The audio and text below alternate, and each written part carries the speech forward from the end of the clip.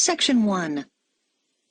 You will hear a student from overseas phoning the Student Accommodation Office of a college in the UK for some information. First, you have some time to look at questions 1 to 4 on page 2.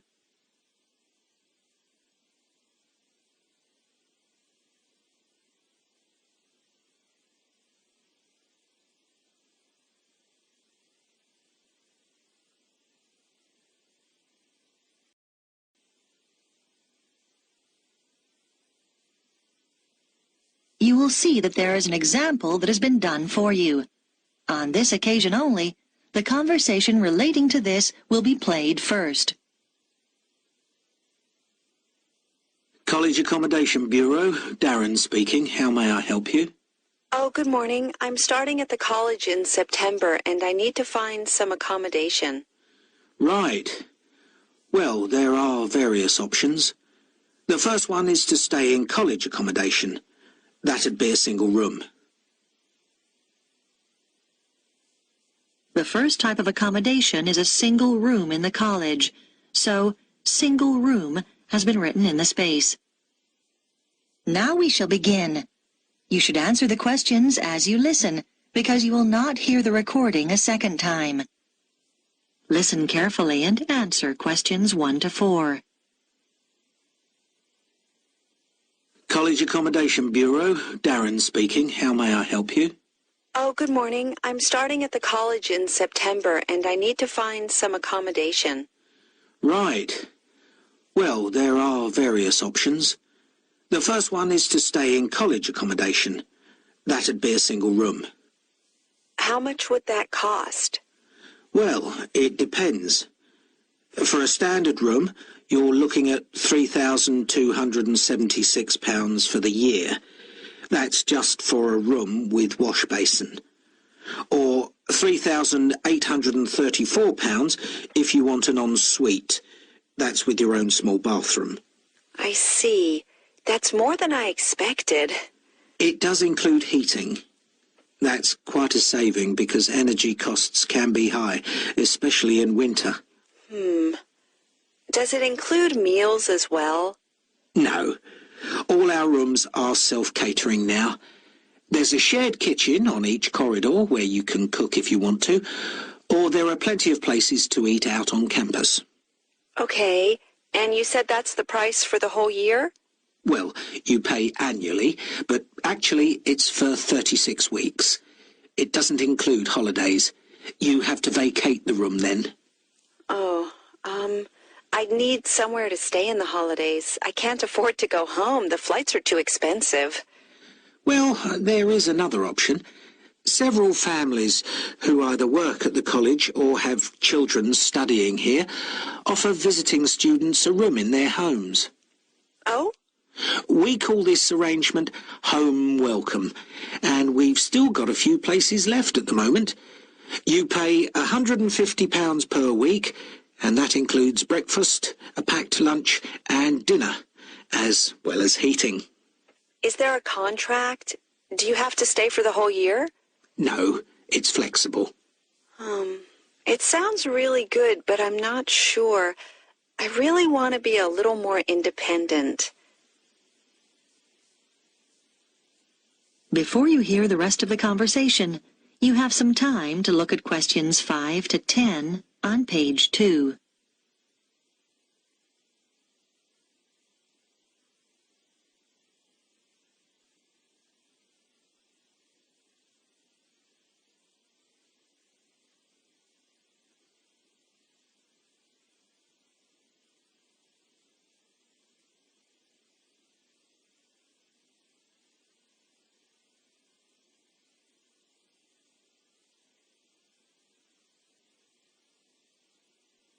Now listen and answer questions 5 to 10.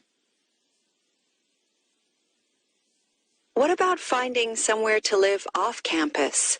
Yes, you can rent a property in town privately. You might want to rent a room in a shared house. You'd have a room of your own and share the kitchen and bathroom with other students. What about if I don't want to share? You can get what we call a studio. They're often quite small, but they'll have everything you need. Right. How much would those two options cost? Well, prices vary depending on which part of town the property's in. Generally speaking, the cheapest is around £275 a month for each student. Oh, that's not too bad. Yes, but it can also be as high as £490, and then you'll have to pay all your other bills. What sort of amount would I be looking at for those? Well, last year, students were paying on average about £43 per month each for gas and electricity. This year, it'll probably be somewhere in the region of £48. That's a lot. Yes, they've gone up quite a bit, and on top of that, you have to pay for water, and that'll probably be around £9. That didn't occur to me. And I guess I'd have to pay for transportation, too. That's right. Most of these properties are quite a long way from the college. Oh, it just gets worse and worse. What's the minimum contract on this type of accommodation? 6 months. And you have to pay a deposit. But of course, you can stay there over the holidays. That's true. And you'd have to provide references. They want 2 from someone in this country. I see. That's not a problem. If you do choose this option, we can't find the property for you. You'd have to go through the estate agent which manages the property for the owner. Right. Thanks. Well, I think I'd like to see what's available privately. Could you give me the estate agent details? That is the end of section 1. You now have half a minute to check your answers.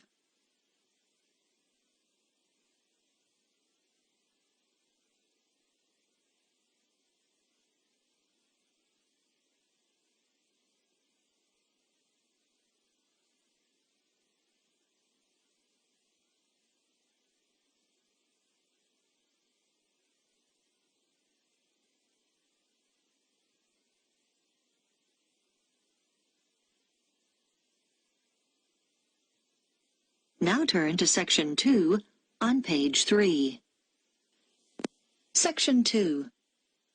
You will hear an audio guide introducing visitors to a museum.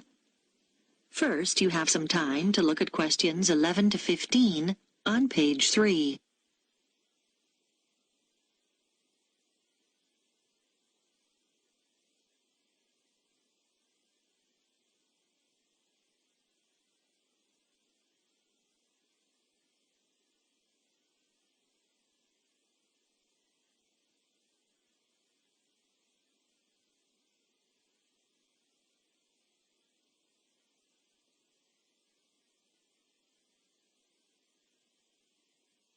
Now listen carefully and answer questions 11 to 15. Welcome to the Global Museum, located at the heart of this truly multicultural city, which is home to more than 60 different nationalities. The museum has a number of exciting displays and exhibitions, and this audio guide is designed to help you make the most of your visit. Altogether, the museum has 18 different galleries, and this season sees the opening of 3 new exhibitions. We recommend that you begin your tour by visiting this season's highlights. The Heritage Clothes exhibition is located in Gallery 5 of the museum. People who live in the area have spent 2 years preparing this exhibition, which brings together some of the fascinating garments traditionally worn in their own communities. They research the history of their community's clothing traditions and the customs and rituals associated with them. Altogether, 16 countries are represented, from Ghana to Korea, from Turkey to Nepal. The photographs that accompany each display case were taken by some of the City College students who are studying design and show the clothes being modelled by the real people who wear them in the course of their everyday lives. Another highlight this season is the exhibition called Toys from the Past, which can be found in Gallery 9. This exhibition, which will appeal to people of all ages, is on tour throughout the country and will be here for 10 weeks only. The exhibits include dolls made over 100 years ago with beautiful porcelain faces and, in some cases, real hair. The collection covers the favourite toys such as wooden train sets from many different generations and provides plenty of interest for children and adults. The gigantic board games, which are laid out on the gallery floor, are one of the most popular activities in the exhibition and should not be missed. This exhibition concludes with a special display of miniature toys.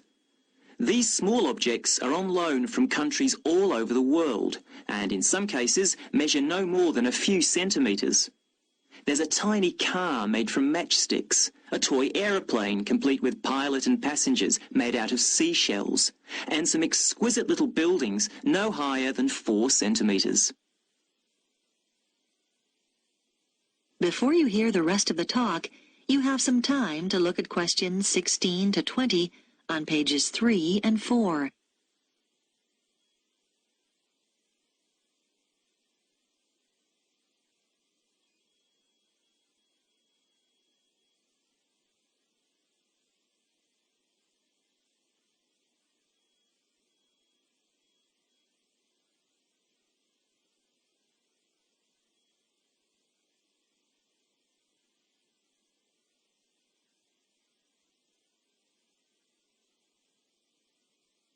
Now listen and answer questions 16 to 20. The final gallery highlight of the season is the Biscuit Gallery at number 15. Many years ago, this city was famous for its biscuits, although today the factory no longer exists.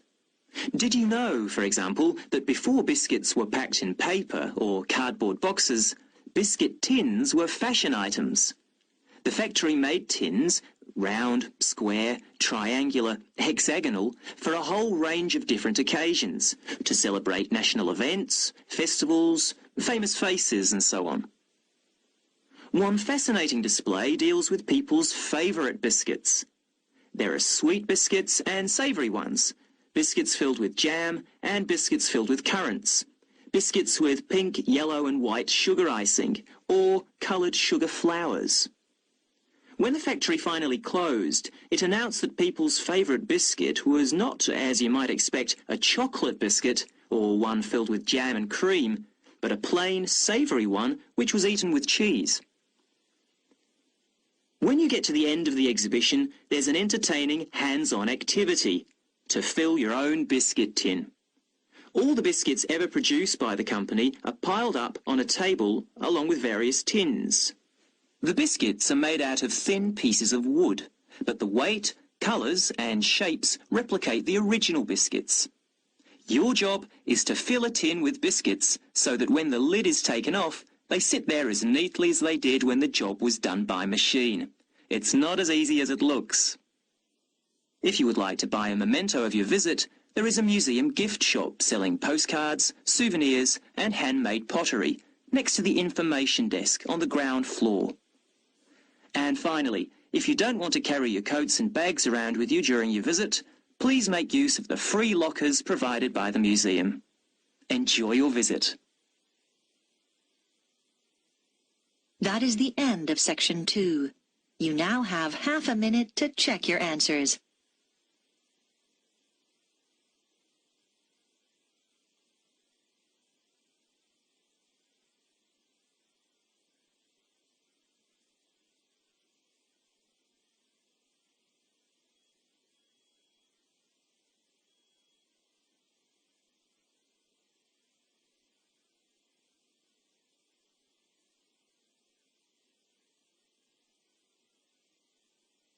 Now turn to section 3 on page 5. Section 3. You will hear a discussion between a student called Helen and her tutor about an assignment that Helen is working on. First, you have some time to look at questions 21 to 24 on page 5.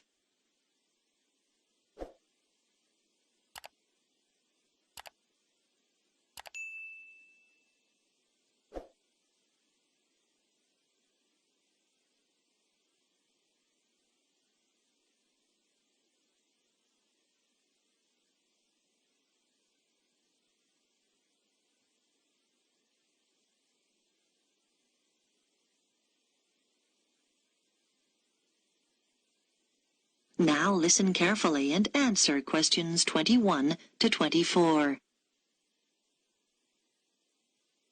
Come in, Helen. How can I help you? Well, I'm doing research for the anthropology assignment, and I was hoping to check a few details. Sure. You chose the topic of Pacific Island tapa cloth, didn't you? What have you found out so far? Well, I was going to introduce my assignment by saying that the tapa cloth is a fabric made from bark, just the outer layer of the trees. It's particularly common in the Pacific Islands, but not exclusive to them. In fact, many other peoples around the world have made high-quality cloth from bark. But what sets Pacific tapa apart is the incredible variety of roles it's played in this region. Yes, nice introduction. Though I think you could be more specific regarding dates. Okay, so what about the raw materials used? Well, tapa cloth is made from several species of tree. In the Pacific, the paper mulberry tree is most common, but it doesn't thrive in all conditions. In fact, it wasn't originally found in the islands, but was carried in their canoes by the first migrants. Tapa is also made from the breadfruit tree, which is convenient because its fruit is a staple food. The paper mulberry tree is only grown for tapa making, though. Yes, that's good. Now, what about the Maori people here in New Zealand? But the Māori don't make tapa now. That's right, and you need to account for it. We know that when Maori migrated here from the other Pacific Islands, they were prepared to make tapa because they brought the paper mulberry tree with them. The thing was, after they'd been in New Zealand a bit, they found the flax plant, which is superior to tapa because it makes a stronger fabric. By the time Europeans arrived in the 18th century, Maori were making all their fabric from flax and had been for some time. Okay. So, with the production process itself, first the inner bark is beaten with wooden hammers to soften the fibres. Then the different pieces are glued together using an adhesive paste made from the arrowroot tuber. This is the only way to fabricate large pieces of cloth because bark strands are too fine to be woven together and stitching isn't strong enough. Before you hear the rest of the discussion, you have some time to look at questions 25 to 30 on page 6.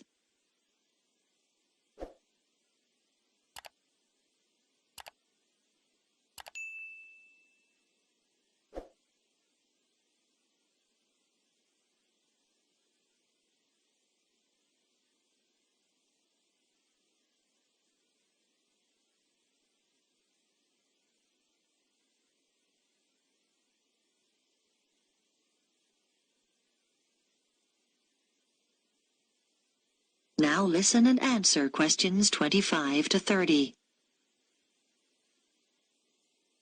So now you need details about different countries. Where would you start? I think Samoa is the obvious place. It's famous for its very fine cloth called siapo, which is hand-painted with representations of the ancestors.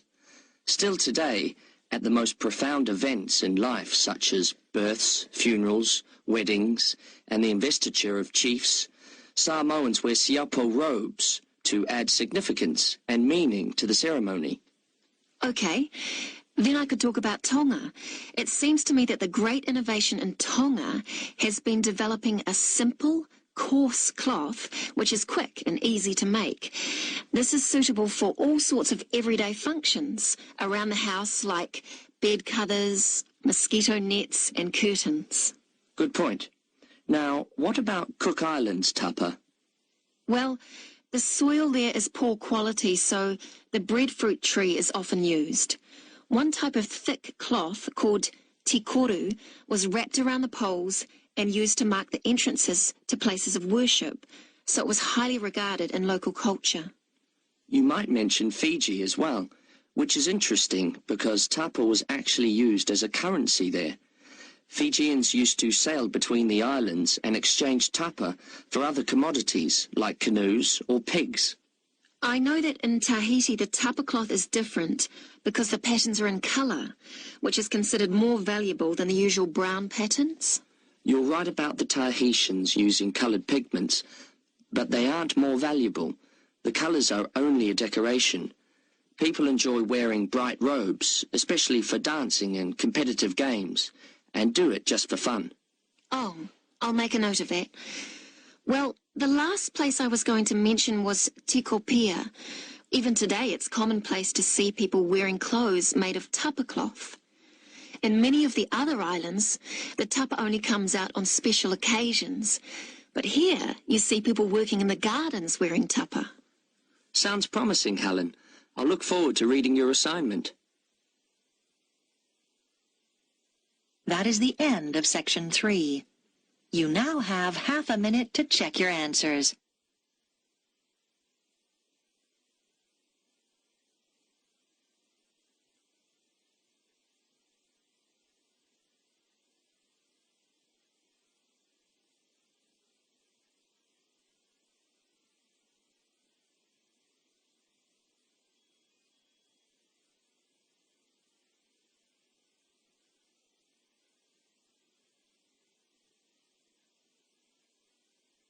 Now turn to section 4 on page 7. Section 4. You will hear part of a talk about research into learner persistence given by a university lecturer to her colleagues. First, you have some time to look at questions 31 to 40 on pages 7 and 8.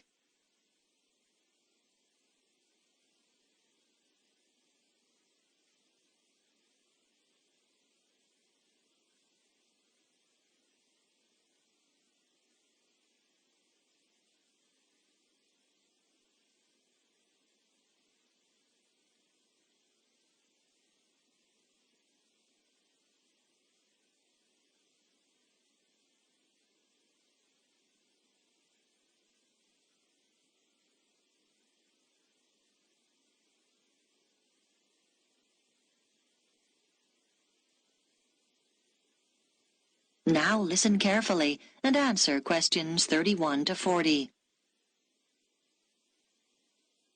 My talk is about a research study I did over a period of 5 years on learner persistence, why some people stick at academic study better than others. As teachers, you will know that there is a tremendous variation in the learner's response to certain things. For example, a short period of illness might completely destabilize some students and cause them to give up their degree studies. Other learners might overcome tremendous difficulties to stay the course. I am particularly interested in this second group, who are the ones with learner persistence. What I decided to do was design a research study using a sample of my university's third-year undergraduate students, 295 in all, who obviously had already stayed the course pretty well. The sample was drawn from a range of ages, but there was deliberately a significant number of mature students, and all respondents were living at home in the local region. I wanted to have this element of consistency, not having some coming from outside the area and living in university accommodation. It should be noted, though, that there was significant variation in home background to reflect the variation in our student population. I designed questionnaires which were devised to elicit what their concerns had been as they started the course, and what had sustained them throughout the 3 years.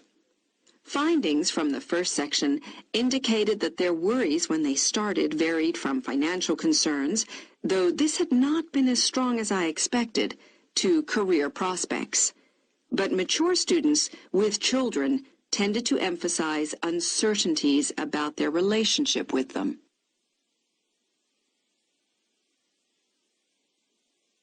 The second section of my questionnaire looked at learner persistence under 3 main headings: social and environmental factors, other factors, and intrinsic or personal characteristics. I identified 3 levels of importance for each of these. At the first level, those points identified by participants as most important in learner persistence.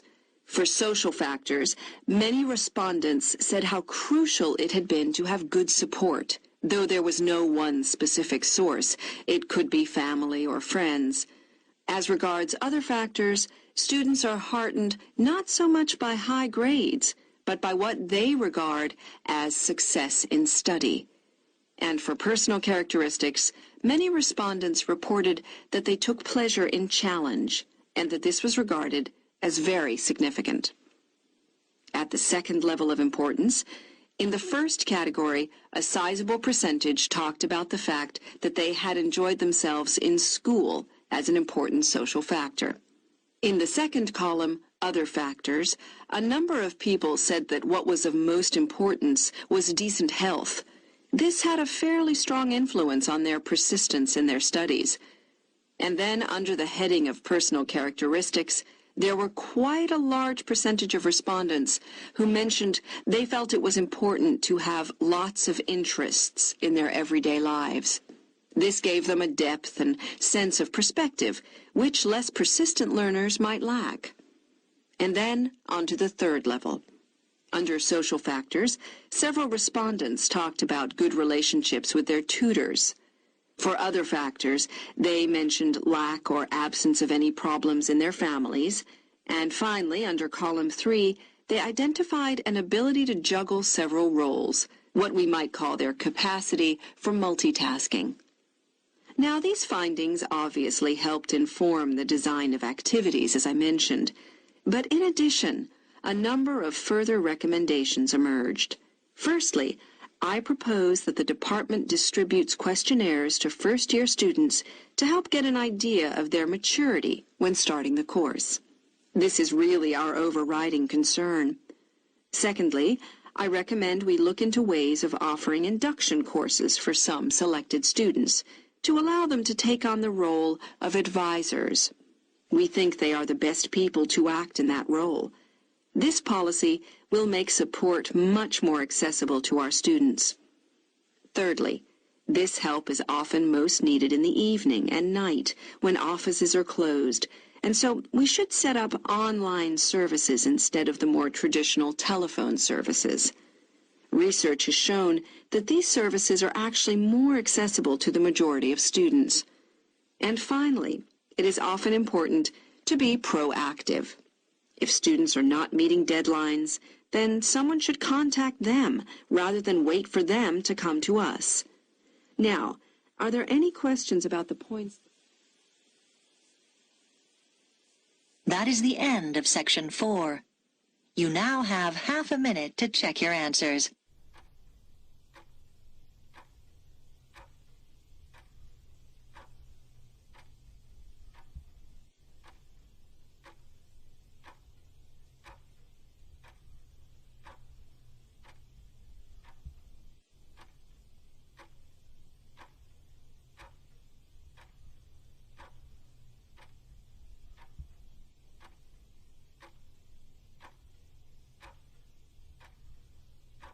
That is the end of the listening test. You now have 10 minutes to transfer your answers to the listening answer sheet.